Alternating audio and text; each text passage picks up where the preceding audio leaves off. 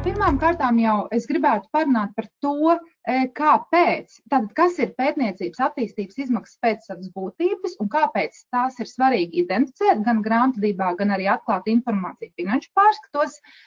Tātad tālāk, kādas izmaksas pēc savas ekonomiskās būtības un satura ir klasificējamas un iekļaujamas pētniecības un attīstības izmaksās.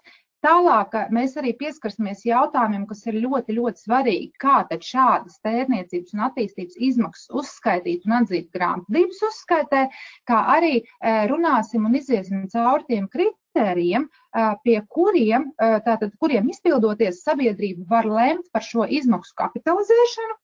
Un tātad arī, kā jau minēju, tuvojās gada pārskata sagatavošanas termiņš, un arī kāda informācija tām sabiedrībām, kurām tad šīs pētniecības attīstības izmaksas pastāv, kāda informācija tad ir jāatklāj finanšu pārskatos. Tātad izrunāsim šīs te obligātās prasības un arī pēc būtības.